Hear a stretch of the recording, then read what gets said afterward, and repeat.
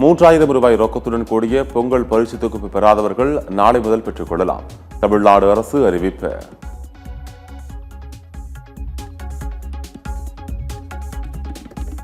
திருக்குறள் வாரத்தினை ஒட்டி இன்று சென்னை மெரினா கடற்கரையில் இசை நிகழ்ச்சி. பொதுமக்கள் கலந்து கொண்டு சிறப்பிக்குமாறு சென்னை மாநகராட்சி வேண்டுகோள்.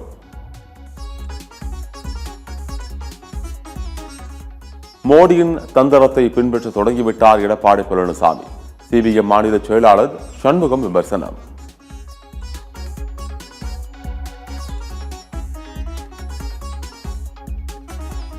மத்திய அமைச்சர் பியூஷ் கோயல் இன்று மீண்டும் தமிழகம் வருகிறார். தேசிய ஜனநாயக கூட்டணியை வலுப்படுத்தும் வகையில் கூட்டணி கட்சித் தலைவர்களுடன் பேச திட்டம்.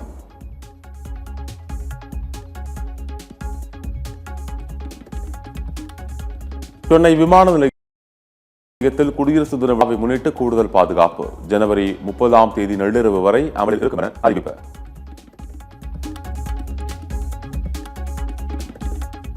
சென்னை கடற்கரை தாம்பரம் இடையிலான ஏசி மின்சார ரயில் சேவைகள் மாற்றம் இன்று முதல் நடைமுறைக்கு வருவதாக தெற்கு ரயில்வே அறிவிப்பு.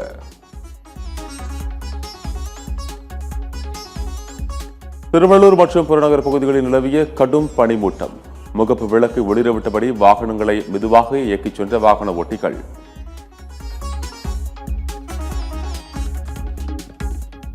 பள்ளிக்காக குழந்தைகளுக்கு வழங்கப்படும் அல்மான்கிட் சிறப்பு மருந்தை தமிழ்நாட்டில் விற்பனை செய்ய தடை. பீகாரில் தயாரிக்கப்படும் மருந்தில் எத்திலின் கிளிகோல் என்ற நச்சு வேதிப்பொருள் இருப்பதால் எச்சரிக்கை.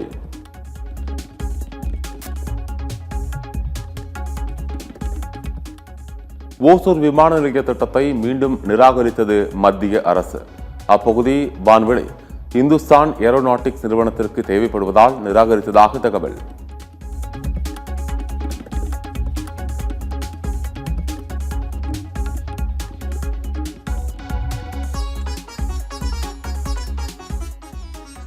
தமிழ்நாடு அரசு பணியில் அக்னி வீரர்களுக்கு இடஒதுக்கீடு அளிக்க கோரி தமிழ்நாடு அரசுக்கு மத்திய அரசு கடிதம். மத்திய உள்துறை அமைச்சகம் கடிதம் எழுதியிருப்பதாக அதிகாரிகள் தகவல். தமிழகத்தில் வாக்காளர் பட்டியலில் பெயர் சேர்க்க நீக்க திருத்தங்கள் செய்ய இன்று கடைசி நாள். தமிழக சட்டமன்ற தேர்தலை ஒட்டி வாக்காளர் பட்டியல் திருத்த பணிகள் இன்றுடன் நிறைவு. உடல்நலக்குறைவு காரணமாக அமைச்சர் துரைமுருகன் சென்னை அப்போலோ மருத்துவமனையில் அனுமதி. மருத்துவமனையில் துரைமுருகனை சந்தித்து நலம் விசாரித்த முதலமைச்சர் மு க ஸ்டாலின்.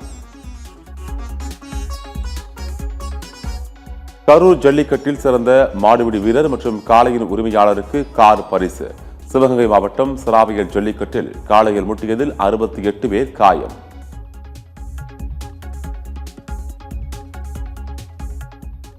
இண்டிகோ விமான நிறுவனத்திற்கு 22 கோடி ரூபாய் அபராதம் விதித்த மத்திய அரசு. 68 நாட்கள் விதிமுறைகளை மீறியதால் வான்வழி போக்குவரத்து ஒழுங்குமுறை ஆணையம் உத்தரவு. பஞ்சாபில் AK-47 ரக துப்பாக்கிகள், 2 கை துப்பாக்கிகள், ஏராளமான தோட்டாக்கள் பறிமுதல். பாகிஸ்தானைச் சேர்ந்த பயங்கரவாதிகள் இந்தியாவுக்குள் அனுப்பி இருக்கலாம் என போலீசார் தகவல். பாகிஸ்தானின் கராச்சி நகரில் வணிக வளாகத்தில் பயங்கர தீ விபத்து. ஒரு கடையின் மின் கசிவால் பற்றிய தீ அடுத்தடுத்த கடைகளுக்கும் பரவியதால் 3 பேர் பலி, பலர் காயம். ஈரானில் ஏற்பட்டுள்ள பொருளாதார நெருக்கடிக்கு எதிராக விடுத்துள்ள போராட்டத்தால் உயிரிழந்தோரின் எண்ணிக்கை 3090 உயர்வு. இவ்வளவு உயிர்கள் வெளியானதற்கு அமெரிக்க அதிபர் டொனால்டு டிரம்பே காரணம் என ஈரான் உச்ச தலைவர் கமேனி குற்றச்சாட்டு.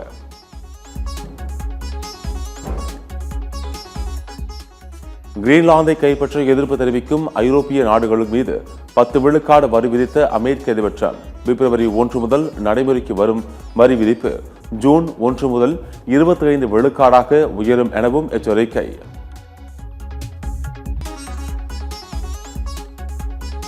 மூன்றாவது ஒருநாள் கிரிக்கெட் போட்டியில் இந்தியா நியூசிலாந்து அணிகள் இன்று படப்பரீட்சை. 3 போட்டிகள் கொண்ட ஒருநாள் கிரிக்கெட் தொடரை வெல்ல இரு அணிகளும் தீவிரம். WPL போட்டியில் டெல்லி அணியை வீழ்த்தி பெங்களூரு அணி தொடர்ந்து ஆதிக்கம். மும்பை அணிக்கு எதிரான ஆட்டத்தில் ஊபி வாரியர்ஸ் அணி 22 ரன்கள் வித்தியாசத்தில் வெற்றி.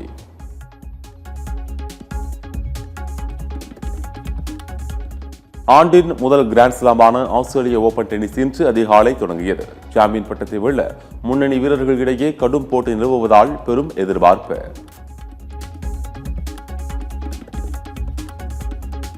ஜூனியர் உலகக்கோப்பை கிரிக்கெட் போட்டியில் வங்கதேசத்தை வீழ்த்திய இந்தியா. 2 போட்டிகளில் வெற்றி பெற்ற இந்தியா முதல் அணியாக சூப்பர் 6 சுற்றுக்கு தகுதி.